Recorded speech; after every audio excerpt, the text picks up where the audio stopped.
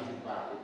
Et comment entendront-ils parler s'il n'y a personne qui prêche? Voilà, l'apôtre Paul nous a expliqué cette volonté. Bon, comment les gens vont entendre s'il n'y a personne qui prêche? Ouais. Parce que le salut vient de la prédication. Mais pour qu'il y ait salut, il faut qu'il y ait prédication. Et pour qu'il y ait prédicateur, il faut qu'il soit envoyé. Mais comme beaucoup de gens n'ont pas été envoyés, c'est eux-mêmes qui s'envoient. Eux-mêmes ils s'envoient. Donc, ils se lèvent, ils disent, je suis prophète. J'ai vu Dieu me dire. Hein? Mais quand il va venir faire ça, il va détruire le message du salut. Et le peuple de Dieu pourront croire en ses mensonges et en ses organisations, en ses théories de prière et ses théories de jeûne. Ils vont rester dans ça. Quelqu'un m'a demandé la dernière fois, missionnaire, est-ce que jeûner n'est pas bien? Non, c'est très bien. Quand tu restes sans manger, au moins, ça discipline ton corps, tu peux élever les graisses. C'est bien pour le corps. Mais si c'est pour ajouter ça à ce que tu as dit, et tu ne vois pas l'importance. Je dis moi personnellement, je ne dis pas toi. Je vous ai dit que moi, je ne connais pas laisser ça manger. C'est comme ça. Si le mange peut chuter, c'est comment. Donc, mais si toi tu as la capacité de faire 3 jours, une semaine, sans manger, il n'y a pas de problème. Il n'y a pas de... Là, c'est ton choix. Alors, moi, je mange. Pourquoi? Parce que quelqu'un veut me faire comprendre que si je veux expérimenter une grande onction avec Dieu, il va falloir que je sois constamment dans le jeûne et la prière. N'est-ce pas, non? Mais attends, ce genre de démon, ce genre ne sort pas par le jeûne et la prière. Mais attends, je crois quand même que ceux qui ont fait le français, quand on parle de genre et en nombre, c'est quel genre, féminin ou masculin? Alors quel genre? Parce que si Jésus dit que ce genre, c'est-à-dire que tous les démons ne sont pas censés être le genre. C'est pas ça. Il n'a pas dit que tous les démons sont par la prière, quoi. Ce n'est pas ce qu'il a dit. Il a dit ce genre de démons. Bon, maintenant, le genre de démons, quand on est venu devant lui, quand je lis ma Bible, j'entends que le gars est venu, il a dit Seigneur, mon fils souvent, et il a une écumine, n'est-ce pas, il est raide, il tombe souvent dans l'eau, non? Voilà, il a le feu, n'est-ce pas? Donc c'est ce genre-là. Maintenant, comme dans le peuple que j'ai, la prédication de la croix a déjà tué tous les genres. Maintenant, vous voulez maintenant, parce que le genre là, Jésus a donc dit une chose, que la prédication de la croix c'est une folie. Pourquoi? Parce que je n'ai même pas allé gêner pour prier pour ce genre. Pourquoi? Parce que Christ, un seul est mort. Quoi? Alors, maintenant, la nourriture est faite pour le ventre et le ventre pourquoi? Mais le corps est pour le Seigneur. Maintenant, toi tu voudrais que le corps spirituel que j'ai reçu par la foi en Jésus-Christ, ce corps-là est pour le Seigneur. Donc je ne dois pas prendre la vie de l'esprit pour mener une vie de la chair avec. Ça n'a rien à voir avec ton corps de nourriture. Amen. Hein? Mais rester sans manger, c'est une thérapie. C'est une bonne thérapie. C'est-à-dire que tu ne dois pas avoir de la broutellerie. Parce que la broutellerie, c'est une œuvre de quoi? La chair. Par exemple, un gars, là, une femme qui mange tous les mamies de nourriture. Là, souvent, il y a des périodes où tu ne prends que des fruits, n'est-ce pas? Tu disciplines ton corps, tu peux manger que le soir, pas parce que tu veux ajuster ça à une certaine puissance. Non. Je dis non, ce n'est pas écrit dans la Bible. Mais rester discipliné son corps. Il y a souvent que si tu veux vraiment travailler, pourquoi? Il y a des gens quand ils mangent, ils ont sommeil, non? Oui, il y a des gens qui mangent, ils pèsent. C'est-à-dire qu'ils n'arrivent pas vraiment. Il y a certains moments, moi-même, quand je veux méditer, non, je ne mange pas. Parce que quand je mange, souvent, il me faut me reposer. Donc maintenant, ça fait que non, je ne veux pas manger pour que ça me dise, va te reposer. Je préfère prendre le fruit. Mais le moment où je suis en train de faire ça, je suis devant quoi? La parole. C'est parce que je vais lire.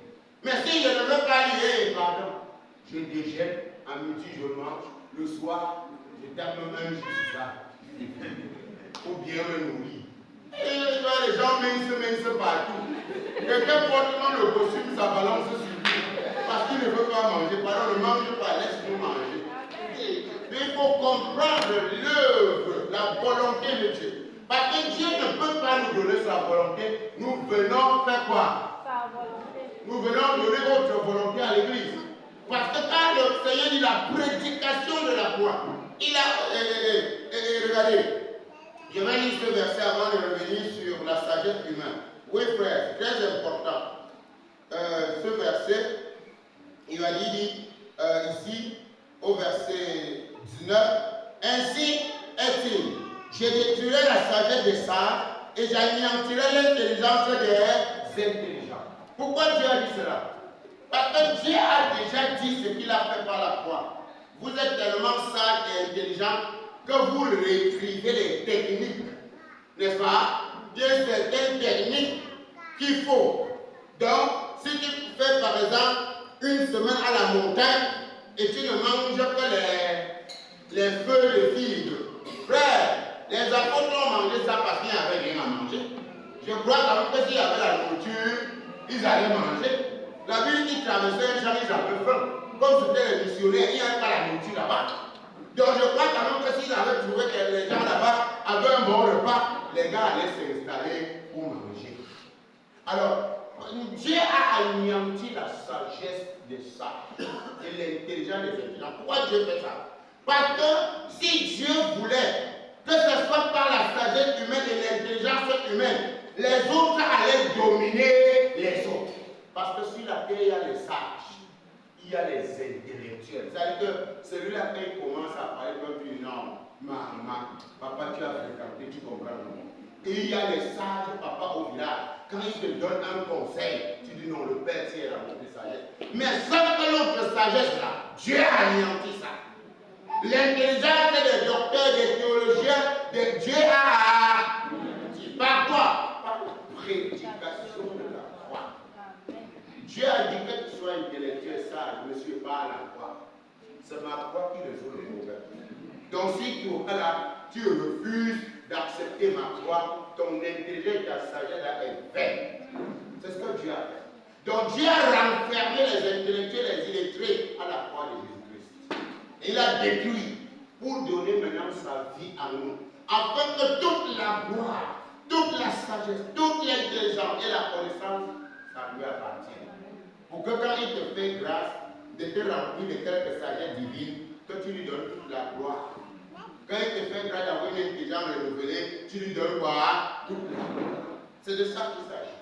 Donc vous voyez que Dieu a pris soin d'anéantir l'intelligence des intelligents. Et nous en sommes très contents. Donc, bien aimés, c'est pourquoi la volonté de Dieu doit être claire dans notre tête. Par l'acceptation de ce que la Bible est en train de dire. Donc tu ne peux pas rester bien aimé. Croire que par ton intelligence ou tes réflexions, croire que par ton organisation, croire que par ta façon de faire, tu pourrais ajuster quelque chose à ce que Christ a fait. Christ a déjà tout fait. Et tout c'est parfait. Toi tu ne l'ajouteras pas. Tu n'ajouteras rien. Alors regardez ce qu'il dit. Il continue à nous dire, oh, où est le sage? Où est le scribe? Où est le disputeur de ce siècle? Dieu n'a-t-il pas convaincu de folie la sagesse du monde? Car puisque le monde, avec sa sagesse, n'a point connu Dieu dans sa sagesse. Vous voyez, le monde avec une sagesse. Donc l'homme a une sagesse. Même avec la sagesse, l'homme n'a rien compris. C'est-à-dire que l'homme est resté comme ça. Les sages, les ceci, les cela, ils n'ont rien compris de Dieu. Il dit, mais c'est Dieu qui me l'a comment? Mais il a confondu cette sagesse. Et regardez ce qu'il fait de folie la sagesse du monde. Car puisque le monde avec sa sagesse n'a pas connu Dieu, dans la sagesse de Dieu, il a plu à Dieu de sauver les croyants par la folie de la prédication. Il a plu à Dieu. Et regardez, Dieu dit qu'il sauve les gens par la prédication de Christ, de la croix. Maintenant, tous les sages du monde, par leur façon de vouloir sauver l'homme, impossible. Leur théologie, leur science occulte,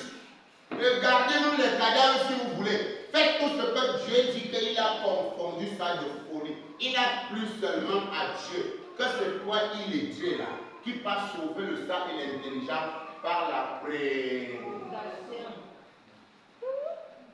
Donc tu arrives devant un docteur assis. C'est un peu comme moi annoncer l'évangile à un docteur qui était là-bas menti. Ça, le monsieur l'a cherché avec la parole. Moi avec le rappel. Il s'exprime toujours en français. Il a prêché. Et le Dieu là-bas, il dit à cet homme, il est en train de dire comme le Saint-Esprit. Il dit si tu refuses le message que je te donne, la vie que je suis en train de voir, tu crois que tu as la vie, mais tu es la boue là que tu es. Et comme tu es en train de respirer là, pour le moment, si tu fermes tes dents là, c'est fini. C'est-à-dire que moi, a fait peur au docteur.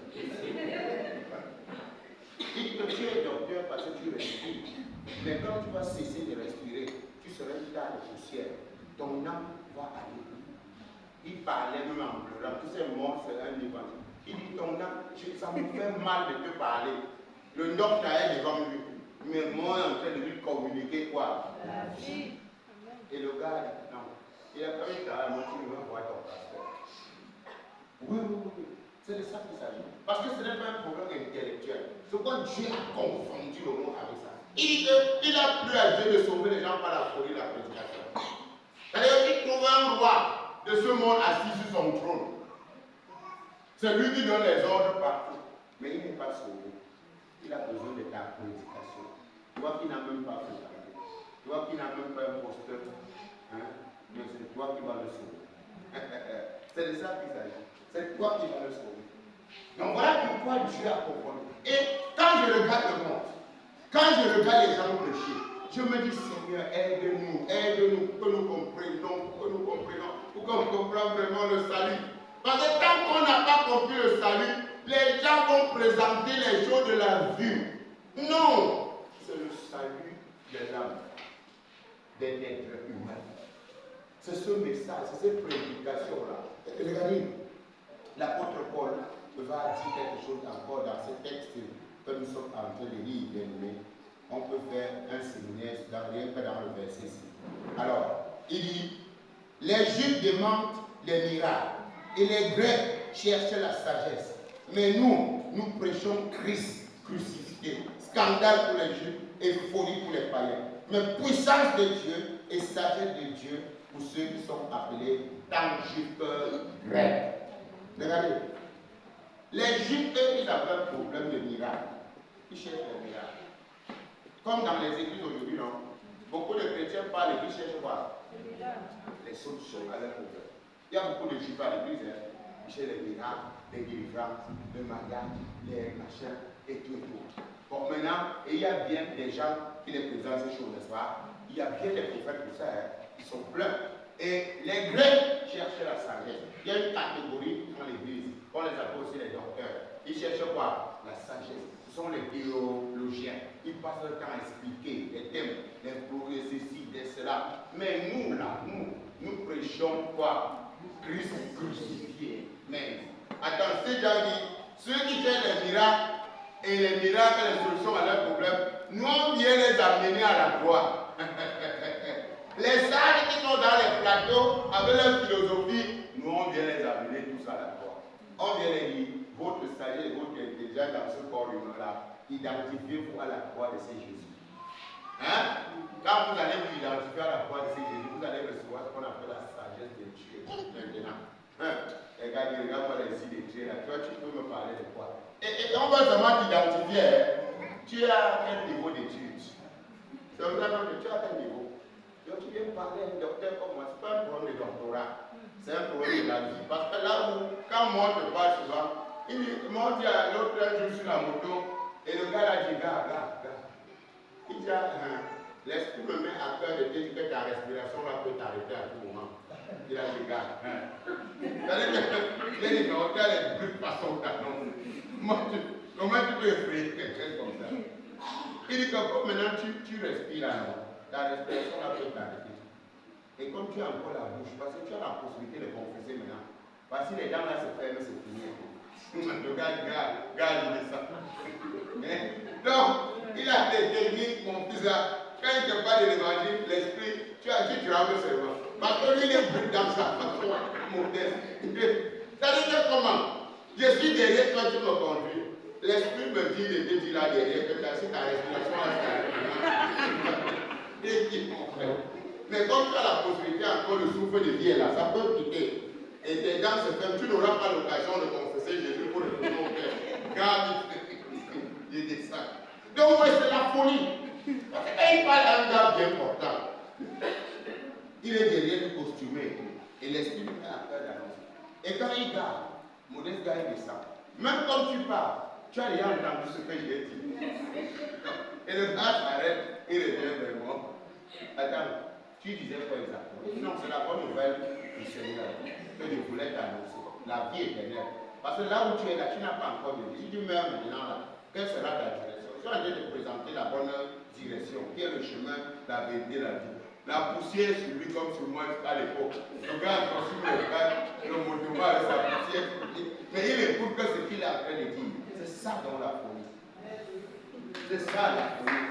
C'est ça la folie de l'évangile. Donc pourquoi les gens ne peuvent pas prêcher ça? Parce que les gens vont vous présenter, non, il faut être costumé, nous sommes les gens de la gloire, il faut être du bruit. Non. Si tu as un costume comme le Seigneur m'a offert, je porte aussi, non. Mais si on n'avait pas offert ce que j'ai, je porte. Ce n'est pas pour un costume que je prêche. Donc voilà pourquoi Dieu dit, car la folie, il a plus de sauver par la folie de la prédication. Parce que si sauver les gens par les titres, et je crois que les titrés, il y a quand même aux ennemis arabes, mais dans ce monde, il y a les titres, il y a les gens qui sont ces titres, qui sont cela. Donc, si c'était par le titre, non, c'est que d'abord, tous les colonels, les généraux, tous les ministres, tous les présidents publics, les rois des nations, ceux qui sont déjà comment? Sauvés. Mais Dieu dit qu'il a plu à Dieu de les sauver par la folie là. C'est-à-dire qu'on vient te prêcher que Jésus est mort pour toi. Tu dis comment? Et si je regarde, quand tu envoies quelqu'un lire les cartes d'évangile, le témoignage de Jésus, la manière qu'on voyait Jésus marcher avec les souliers aux pieds et un bâton à la main, donc c'est celui-là. Comme l'homme riche avait dit, c'est la folie. Puisqu'il dit à l'homme riche a quand même reconnu qu'il présentait un bon message du royaume. Mais l'homme riche ne voulant pas se coller à lui sort avec toute sa garde. Il intercède parce qu'il ne veut pas aller en ville arrêter Jésus. Non. Il a intercédé Jésus sur le chemin de Maïs, donc sur le chemin quand il partait au désert. Parce qu'il ne voulait pas qu'on comprenne que un riche comme moi a vu quelqu'un qui marche avec les sans confiance comme ça. Il est donc allé sur le chemin du désert. Il a fait quoi? Il dit à Jésus, bon maître. Jésus dit non. Et regardez, la folie de la prédication, ça dénature l'homme. Ça écrase la volonté de l'homme. Ça écrase tout ce que l'homme aime. Il dit, bon maître, que faut-il faire pour éviter la vie éternelle? Mais Jésus dit, pourquoi m'appelles-tu bon? Il n'y a de bon que Dieu. Voilà. Alors, je crois quand même que Jésus, qui était la personnalité, la divinité humaine sur la terre, manifestant Dieu, il pouvait, n'est-ce pas? Moi, je dis, bon, oui, si vous voulez voir mon métier. Il dit, non, il doit d'abord se dénaturer, il doit d'abord refuser le titre de la personnalité divine qui lui est donné. Parce qu'il y a de bons produits. Alors, il dit, que dit la loi? Puisque Jésus va manifester la sagesse, que dit la loi? Pourquoi? Jésus est né sur quoi? Sur la loi. Donc, il ne peut pas directement aller là. Il dit d'abord, que dit la loi? Puisque je suis venu accomplir la loi. Il dit non, tu n'as. Il dit fais ça. Il dit à laisse. Si ce n'est que ça depuis ma jeunesse, c'est même. Hein? Si ce n'est que ça depuis ma jeunesse, Jésus, oui, il me reste quoi? Si un peu l'autre là, c'était bon. Donc il me reste quoi? J'ai signé un chèque rapidement. Oui, peut-être tu veux quelques milliards pour que ton entreprise la marche, et puis tu me donnes la vie là. Hein? Comme tu vas voir un homme de Dieu, il faut quoi? Bon, l'œuvre doit avancer, il faut l'argent. Non. Et le prophète a un machin. Non. Jésus a dit, va pour donne-le aux pauvres. Lui vient et sur moi. Aïe. C'est ça, non? C'est quelle folie ça? Donc tu me trouves avec mes biens, je vends pour lui donner aux pauvres, je viens et je suis, et j'aurai la vie là-bas, c'est ça? Donc vous voyez cette folie-là, que toi tu peux comprendre ça comment? Hein? Quand on va dire il vend tout, tu regardes tes immeubles, tes richesses, ton compte, et regarde d'abord, parce que les pécheurs et les collecteurs d'impôts étaient les rebus, c'était les impurs de la société, ces gens. Mais maintenant, quand l'homme a d'abord regardé tous ceux qui le suivaient, les tchakala au pied, les cheveux même bizarres, je peux imaginer la vie des pécheurs, non? Avec leur bâton et tout ça, je peux imaginer. Et quand l'homme riche le regarde, donc, je veux le suivre avec ces gens-ci là. Ils ne sont même pas de mon rang. Vous voyez, ils ne sont pas de son rang. Mais cependant, ceux-là portent la vie du ciel à nous. Vous voyez la folie de maintenant? Et la Bible dit que quoi? Parce qu'il était très riche, il est parti. Il est parti. Donc, vous voyez que la volonté de Dieu n'est pas une volonté terrestre. C'est une volonté de se détacher de ta nature terrestre pour revêtir ta nature quoi? Céleste. Tu dois revêtir cette nature, parce que c'est ta nouvelle nature. Et vous voyez que nous prêchons Jésus-Christ crucifié. Scandale pour les gens. Comment à la mienne, les gens veulent se marier, les gens veulent voyager, ils arrivent ici mourir. Hein? Ils arrivent ici, on dit quoi? Je meurs quoi? Je ne meurs pas. C'est ça le problème. Parce que l'évangile ne te donne pas un choix humain et un choix divin. L'évangile te donne un seul choix, le choix de Christ ou le choix de rester humain. Tu choisis quoi? Car le choix est personnel, le Seigneur nous a dit dans la semaine dernière. Ce choix est personnel. Et voilà pourquoi, quand tu vas commencer à porter ce message aux gens, souvent les gens vont te regarder, regarde-moi, c'est un homme rien à manger. Est-ce qu'il s'agit de la nourriture? Et regarde comment il a. Il ne s'agit pas de la vie. Il s'agit de la vie du salut que tu veux sauver la quelqu'un. Mais lui, il n'est pas en train de voir ça. Il est en train de penser que toi, tu es fou là. Peut-être toi, ta tête de Dieu. Cependant, tu es en train de lui donner quelque chose, bien aimé, qui va le sauver. Regardez, dans 2 Corinthiens, qui sont beaux et doux, les pieds de ceux qui annoncent l'évangile. Dans 2 Corinthiens 4, nous allons voir quelque chose de dans 2 Corinthiens 4, il dit, dans 2 Corinthiens 4, c'est pourquoi, ayant ce ministère, selon la miséricorde qui nous a été faite, nous avons le ministère, selon la miséricorde que Dieu nous a faite, de recevoir la vie de Christ, d'avoir certaines connaissances de la vie de Christ. Alors, selon la miséricorde qui nous a été faite, nous rejetons les choses honteuses. 2 Corinthiens 4, à partir du verset 1. Nous rejetons les choses honteuses qui se font en secret. Nous n'avons point une conduite artificieuse et nous n'altérons point la parole de Dieu. Mais en publiant la vérité, nous nous recommandons à toute conscience d'homme devant Dieu. Alors, nous n'avons pas une conduite artificieuse, bien aimée. Artificieuse, nous n'altérons pas la parole de Dieu. C'est-à-dire que, bien aimé, nous ne la falsifions pas. Oui. Nous ne la falsifions pas. Nous ne la tordons pas à notre façon. Non. Mais en toute bonne conscience, nous transmettons cette vérité de l'évangile qui est la volonté de Dieu. Et c'est par cette volonté que tous entreront dans le royaume de Dieu. Donc, la porte du ciel n'est que MER. C'est-à-dire que tant que le MER n'est pas prêché à l'église, les portes du ciel, le royaume sont fermées. Donc, c'est par là, la mort, l'enseignement de la résurrection, que les portes du ciel nous ouvertes. Et on dit bien aimé, si notre évangile est voilé, est encore voilé, il est voilé pour ceux qui périssent, pour les incrédules dont le Dieu de ce siècle a aveuglé leur intelligence par les miracles les guérisons, les délivrances, les prophéties, les voyages, les mariages, dont le Dieu de ce siècle a aveuglé l'intelligence. Et voilà pourquoi ces gens périssent, parce que dans l'attente de ce que Dieu va me faire, dans l'attente du mariage, de mon visa, ça me détruit. Parce que l'attente humaine détruit le cœur humain. Ça te détruit parce que tu ne peux pas être dans la joie. Tu serais dans un moment d'angoisse, tu serais dans un moment, bien aimé, d'oppression, dépression, et bien aimé, toutes sortes de choses. Parce que l'attente humaine l'humain est impatient.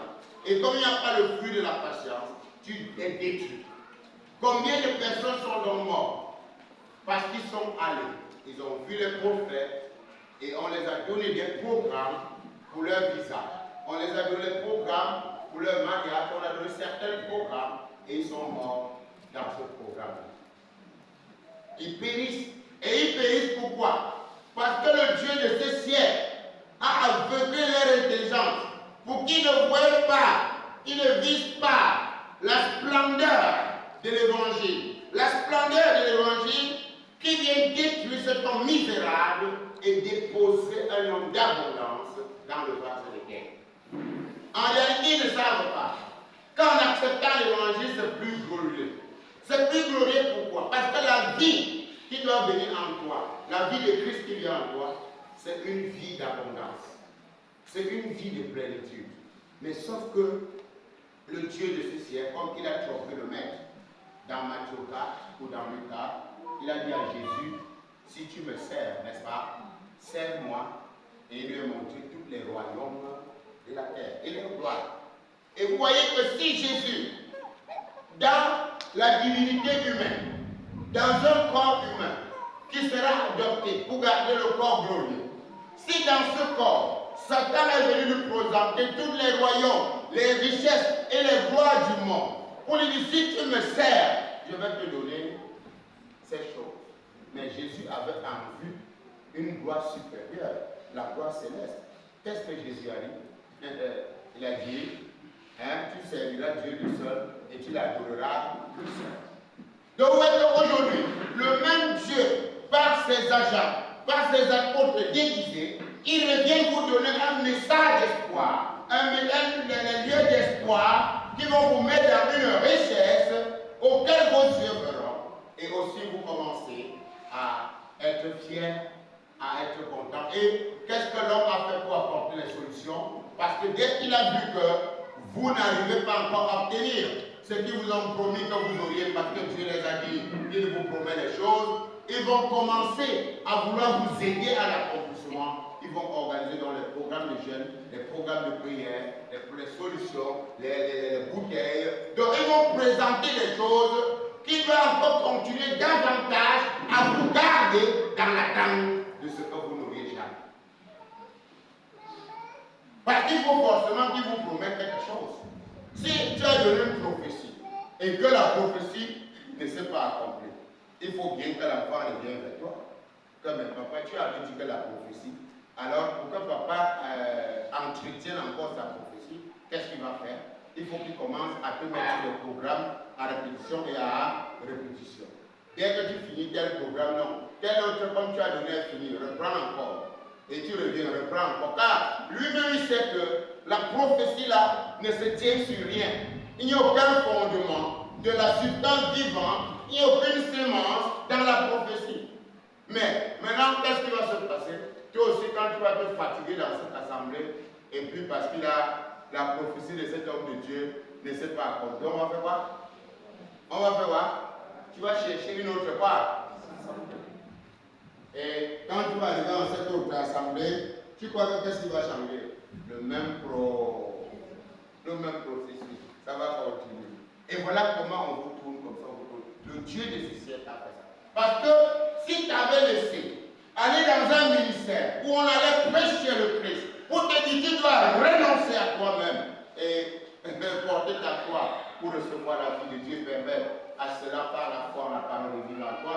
Là maintenant, tu seras dans la joie de la croissance céleste et tu seras dans le repos.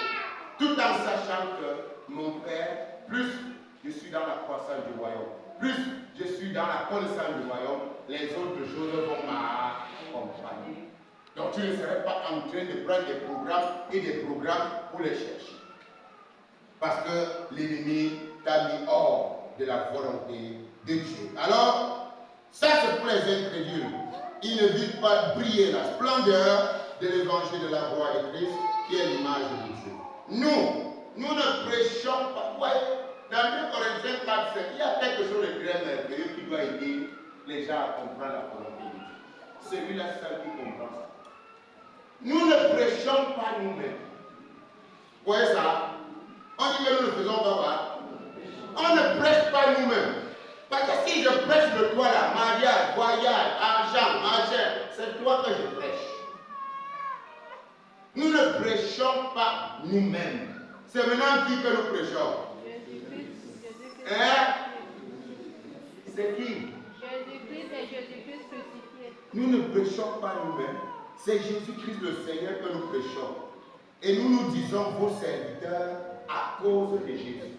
Bon, maintenant, toi, prédicateur, quand tu viens pour prêcher quelque chose, il faut prêcher Jésus. Et Jésus-Christ, quoi? Crucifié. Donc, si toi, tu ne prêches pas ce message, tu n'es pas en train de révéler la volonté de Dieu au peuple de Dieu. Tu ne les aides pas. Tu es en train de les mettre donc dans quoi? Dans les techniques d'organisation. Non, laisse les techniques. Laisse les techniques, peuple de Dieu. Voici la parole. Et la prédication de la croix. C'est ça qui va sauver le peuple de Dieu. Et quand on va les sauver, ils pourront marcher dans l'obéissance de la foi. Parce que quand toi, tu promets quelque chose à un peuple, sache que tu as détruit ce peuple-là. Et voilà pourquoi le Dieu de ces siècles a tellement aveuglé les gens. Tu vas voir quelqu'un venir à l'église, il ne prêche pas Jésus-Christ le Seigneur. Non. Son message n'est pas sur ça. Dès qu'il prend un thème, je vois les sœurs dans l'église. Oh, elles ne sont pas mariées. Je vois comment il y a quelque chose qui empêche les sœurs de se marier. C'est Jésus-Christ que tu prêches là. Tu prêches quoi maintenant? Les sœurs qui vont se marier. Ça a quoi voir? Alors le message. Je vois le Seigneur me dit, non, ma soeur, Dieu veut t'élever. Encore, Dieu veut t'envoyer au Canada. Tu vas aller en France et Jésus-Christ. Maintenant, nous-mêmes, peuple de Dieu, soyons un peu intelligents, non? C'est Jésus-Christ, ça. On dit que nous ne prêchons pas nous-mêmes. C'est Jésus-Christ le Seigneur. Qu'est-ce que le Canada, la France ou quoi a à voir avec la croissance de l'âme d'un chrétien? Ça a quoi à voir? Je vous ai dit, l'autre jour, je disais quelque chose et une soeur me pose la question, Père, et toutes mes visions que j'ai eues, c'est donc en vain alors. Parce que je lui avais fait savoir que celle qui avait les visions des promesses à l'époque, ne connaissant pas Christ, que le Christ est venu détruire celle-là avec ses visions. Maintenant, c'est la vie de Christ qui est venue s'exalter. Elle m'a regardé, elle me dit, je fais quoi de toutes mes promesses que Dieu m'a données? Elle dit, mais tu dis des promesses que Dieu t'a données. Maintenant, tu as changé le royaume. Dieu avait promis la victoire aux créations, mais tu es devenu la fille héritière de Dieu. Dieu va encore te promettre quelque chose que toi-même tu es déjà devenu. L'évangile est compliqué, c'est la folie. Hein? Puisque tu avais eu dans une vision que tu étais en France, non? C'est pas ça. Et tu avais un cousin blanc. C'est pas ça. Il y a déjà eu la vision comme ça, non? Qui a eu dans la vision qu'elle était en France, elle a épousé le blanc? Par exemple, n'est-ce pas? Bon, maintenant, quand la croix vient faire quoi? Ouais, frère, répondons ensemble.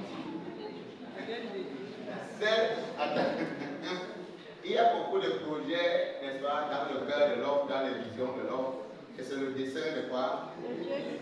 Quand la croix est venue, la croix fait quoi? Parce que quand la croix est venue, sans Dieu, l'homme a ses visions. Mais quand Dieu vient, la vision de Dieu, c'est Christ.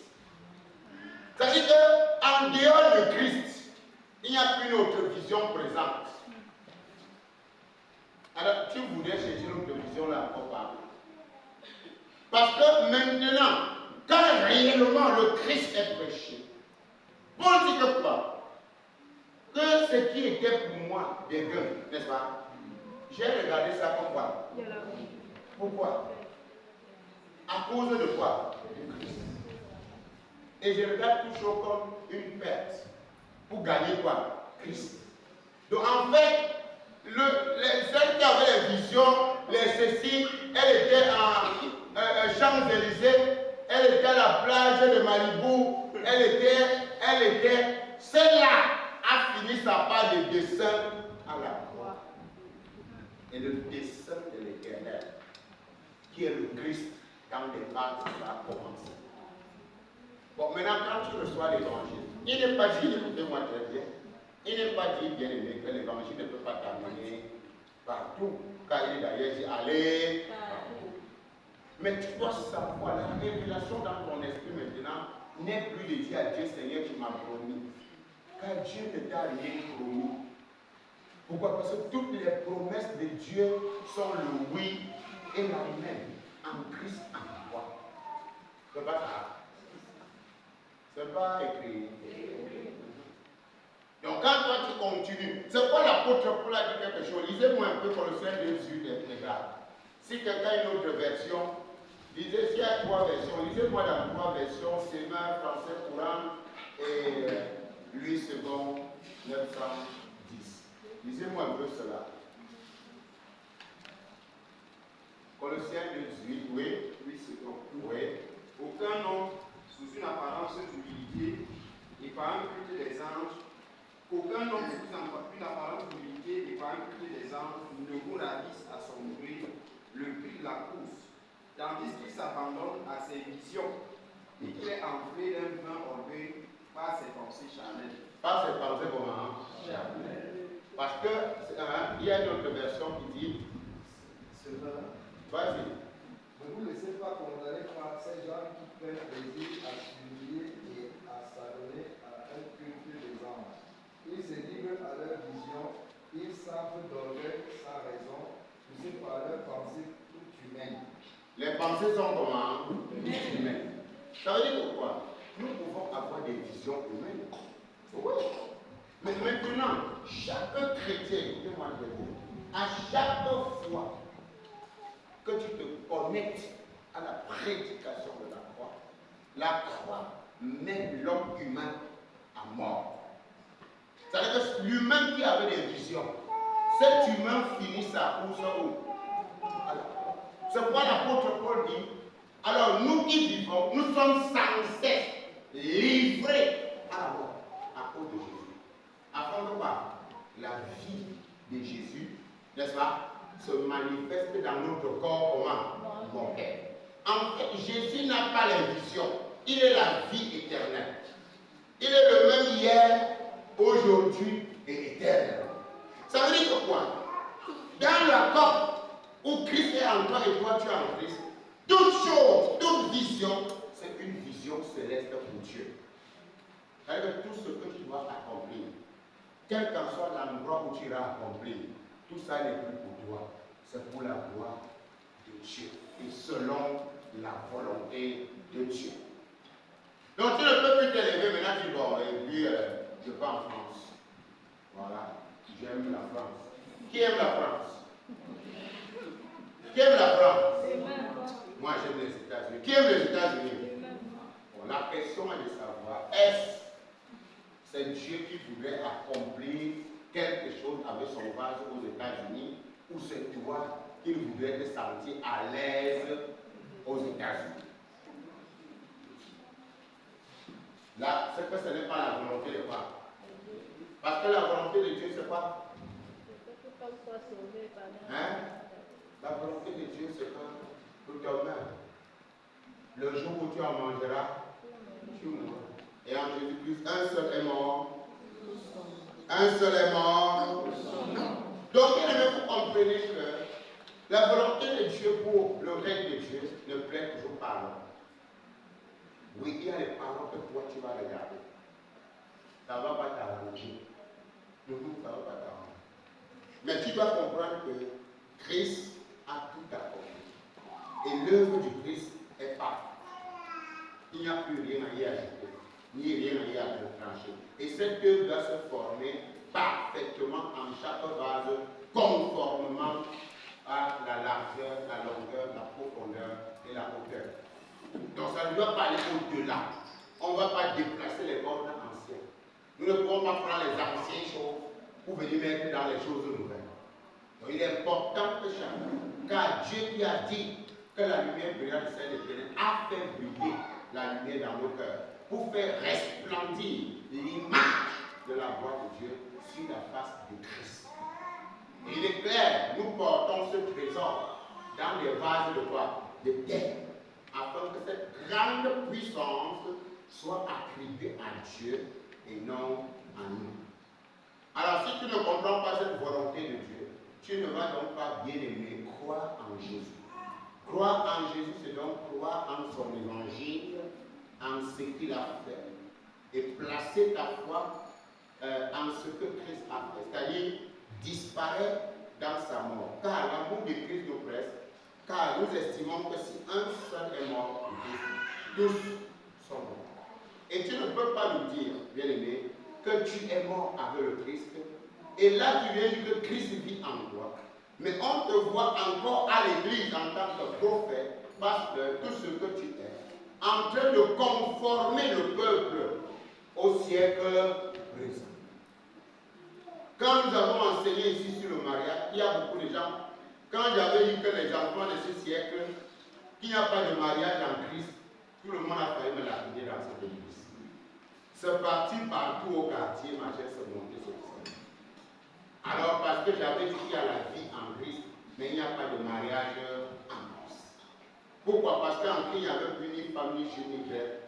Mais ils n'avaient pas compris que la vie de Christ devait être dans la femme et dans l'homme, qu'un frère et une soeur pouvaient se mettre ensemble. Ils ont mal interprété mon message, et ça a permis à d'autres de fuir à la mienne, et aller couper que la partie là, pour envoyer partout au monde entier. Donc voilà ce qu'on vous dit. L'hérésie est entrée dans l'église. Voilà ce qu'il prêche déjà. Il dit qu'il n'y a plus de mariage. Que les gens ne doivent plus se marier. Et même la parole de Dieu a dit que c'est les gens qui voulaient aider pour marier. Ah, frère, est-ce que c'est ce que la parole de Dieu a dit? Non. Est-ce que c'est ce que j'avais prêché? Non. Vous avez dit qu'en Christ, il y a la vie, il n'y a pas de mariage. Alors quand il y a la vie, c'est là où il y aura mariage, non? C'est pas ça. Un mort et un vivant peuvent se mettre ensemble. Il faut qu'il y ait la vie pour que les deux s'accordent de vivre ensemble. Mais comme ils n'avaient pas compris, vous savez, c'est compliqué la prédication. Puisqu'on te dit en Christ, il n'y a plus ni juif, ni femme, ni grec, nous sommes un en Christ. Maintenant, on veut dire qu'on te dit qu'ici en Christ, il n'y a pas de femme. Mais que sur la terre, maintenant, tu peux mener une soeur, mener un frère, et puis vous cheminez ensemble. Mais au jugement dernier, c'est la vie de Christ qui fera qu'on reconnaît les êtres célestes. Oh, il a dit qu'on ne se marie pas. Qui a dit ça? Marie-vous. Prends ta part de quoi des femmes et prends ta part de quoi des maris. Supportez-vous. Et il y a quelque chose. Amen. Donc c'est parce qu'ils n'avaient pas bien reçu ce que nous avons dit. Et voilà pourquoi quand les gens veulent se marier, et je vous dis seulement, pour le mariage, s'il vous plaît. Le mariage, ce n'est pas on se lève, non pas la maison, on met l'alliance. Non, on ne met pas l'alliance. C'est pourquoi chez les Juifs, il y avait 3 ans de fiançailles. Vous savez pourquoi? Les 3 ans de fiançailles, c'était pour grandir dans la parole. Oui, c'était pour que vous grandissiez. Parce qu'on voulait vous donner, on voulait former la connaissance de Dieu en vous. Parce que la personne qui allait supporter le mariage, c'était Dieu, pas toi. Oui, il fallait que la vie de Dieu soit formée pour supporter le foyer. Parce que si tu pousses ton ventre dans un foyer sans celui qui va supporter le foyer en toi, tu risques de fuir avant.